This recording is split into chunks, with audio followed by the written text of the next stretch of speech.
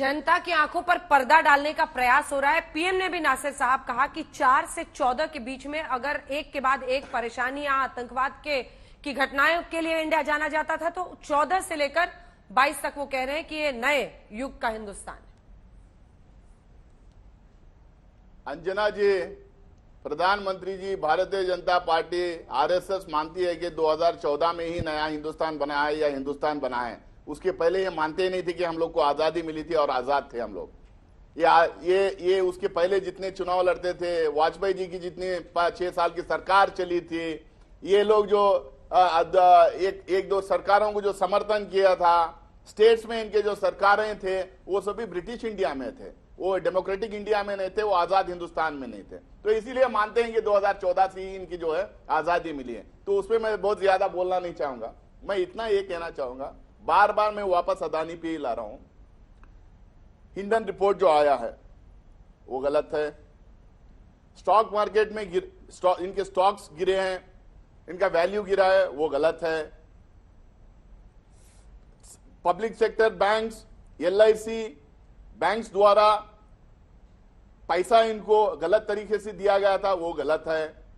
Shell companies, Adani के और उनके रिलेटिव्स के शेल कंपनीज बने थे, वो गलत है।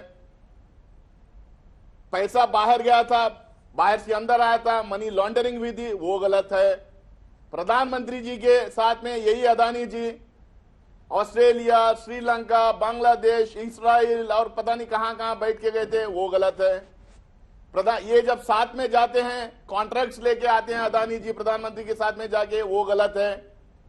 मोदी जी जाके जब बाहर आते हैं, उसके बाद अदानी जी जाते हैं और अदानी जी को कॉन्ट्रैक्ट मिलता है, वो गलत है। मतलब ये सारा चीज गलत है।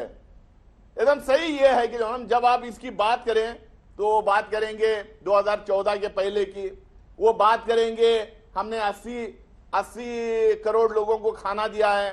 जब हम फूड सिक्योरिटी एक्ट लेके आए थे, उसके खिलाफ खड़े हुए थे। हम मनरेगा लेके आए थे, उसके खिलाफ खड़े हुए थे। सोशल सिक्योरिटी नेट की बात करते हैं, उसके खिलाफ थे ये। हम जो है कुछ स्कीम्स अनाउंस करते हैं, ये लोग कहते हैं कि ये रेवड़ी कल्चर है। अब ये खाना जो खिलाना रेवड़ी कल्चर नहीं है। आप जो स्कीम्स ये अनाउंस कर रही है, ये रेवड़ी कल्चर नहीं है। तो वो डिबेट अलग डिबेट है, उसके ऊपर हम जवाब लोकसभा में भी दिए, राज्यसभा में दे रहे हैं, उसके ऊपर जवाब हम देंगे, उसके ऊपर भी सवाल खड़ा करेंगे। 34 करोड़ और 80 करोड़ में बहुत अंतर होता है, उसका भी देंगे। लेकिन आज लोकसभा राज्यसभा में देश और विदेश में एक ही मुद्दा सबके समक्ष है, एक ही मुद्दे पे बहस हो रही है, एक ही मुद्दा पब्लिक डिबेट में डिबेटेड है। वो मुद्दा ये है अदानी का, और अदानी को किस तरह से पॉलिटिकल पैटर्नेज मिला है, अदानी को किस तरह से प्रोत्साहन दिया गया था, अदानी को किस तरह से ग्रो करवा गया था, इनकी ग्रोथ स्टोरी में किसका किसका हाथ है, कौन कौन मदद किए हैं, कैसा मदद किए हैं। बैंकों से पैसा जब ऑलरेडी उनका कर्जा था 20,000, 25,000, 30,000 करोड़ जब कर्जा था, फिर दोबारा उसके ऊपर कर्जा उनको मिलते जा रहा था। इनके शेल कंपनी चल रहे थे, ड्यू डिलिजेंस नहीं होता। ठीक है, इनके पीएम ने भी कहा सुधांशु जी, ठीक है ना, उन्होंने वापस किया नहीं किया, उसका ड्यू डिलिजेंस होता नहीं। इसके ऊपर जेपीसी होगी नहीं होगी, इन्वेस्टिगेशन होगा नहीं होगा, कोई इंक्वायरी ये लोग करवाएंगे नहीं करवाएंगे। हमको कह रहे हैं कि कोर्ट में जाए। भाई हम कोर्ट में जाएंगे नहीं जाएंगे वो हमारी पार्टी का, या कोई हम नहीं जाएंगे तो कोई और जाएगा, कोई और नहीं जाएंगे तो कोई लॉयर जाएगा, वो छोड़िए। आप सरकार में हैं, इतना बड़ा आरोप आपके ऊपर लग रहा है, दुनिया भर के रिसर्च कंपनी रिसर्च करके इसके ऊपर खुलासा किए हैं, तो आप क्यों जेपीसी गठित नहीं करते, क्यों भाग रहे हैं? कौन सी ऐसी दोस्ती है, कौन सी ऐसी चीजें हैं जिससे आप जिसको छुपाना चाह रहे हैं, उसके ऊपर क्यों आप जवाबदेही नहीं है? आप दीजिए जेपीसी। जिस तरह से सुधांशु त्रिवेदी जी यहाँ बात कर रहे हैं, पीएम ने भी कहा कि 9 साल तक विपक्ष ने सिर्फ आरोप लगाने में गंवा दिए, इतने साफ। लेकिन सब ठीक है। सवाल है कि पारदर्शिता तो आनी ही चाहिए ना, सच सामने आना चाहिए। अगर एक रिसर्च हिंडनबर्ग ही है जो कि खुद यूएस जस्टिस डिपार्टमेंट जिसे इन्वेस्टिगेट कर रहा है, लेकिन उसने कहा है शेल कंपनीज है मॉरिशस में, सच सामने आए, कैसे आएगा? देखिए हम बात बताते हैं। पहली बात, इन्होंने कहा कि 2014 को ही भारत स्वतंत्र हुआ।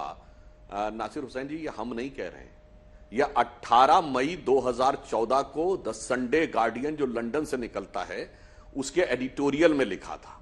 और ये वो है जहां जाके मनमोहन सिंह जी ने डिग्री ली थी और बड़ी प्रशंसा की थी। उसके एडिटोरियल में क्या लिखा था कि 16 मई 2014, यानी जिस दिन चुनाव परिणाम आए थे, हम हिंदी में बोले दे रहे हैं, उसमें अंग्रेजी में लिखा था, यह दिन भारत के इतिहास में इस रूप में याद किया जाना चाहिए जिस दिन अंग्रेजों ने भारत को अंततः फाइनली लेफ्ट इंडिया, ब्रिटिशर्स, क्योंकि उन्होंने लिखा कि 47 के बाद लंबे समय तक उस विचार व्यवस्था और संगठन का भारत की सत्ता पर प्रभाव रहा जो ब्रिटिश कॉलोनियल लीगेसी का प्रतीक थी। पहली बार एक ऐसे विचार के हाथ में एब्सोल्यूट पावर आई है जिसके हाथ में कोई ब्रिटिश लीगेसी से मतलब नहीं है, प्योर इंडियननेस को रिप्रेजेंट करती है। तो ये हम नहीं कह रहे। और रही बात इसकी मान्यवर, अगर आप ये कहेंगे कि विदेश में छपी किसी एक रिपोर्ट के ऊपर अगर गठित होनी चाहिए इंक्वायरी, तो मैं विनम्रता और चुनौती दोनों से पूछता हूं, दुनिया में कोई देश बताइए या भारत में कोई उदाहरण बताइए जब एक मीडिया रिपोर्ट के ऊपर इंक्वायरी सेटअप हुई। और अगर करनी है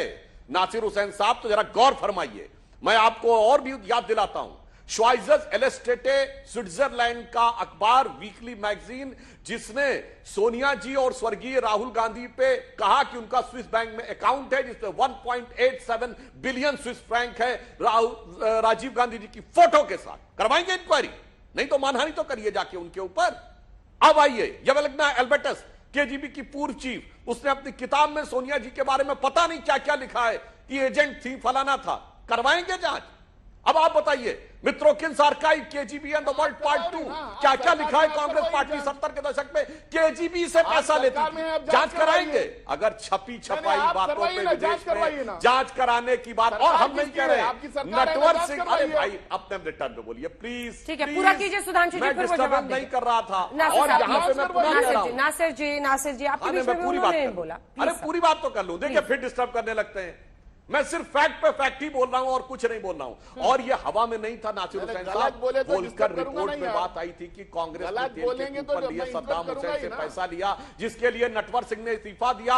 नटवर सिंह ने अपनी किताब one life is not enough पे लिखा, जांच करवाएंगे? क्या बात करते भाई? अगर मीडिया में छपी बात को तो मैं आपको 100 उदाहरण दे दूंगा। ठीक है, अगर आप जांच करवाएंगे तो बोलिए सब पे जांच होनी चाहिए कि नहीं? बोलिए हाँ या ना बोल के जाइएगा, भागिएगा नहीं।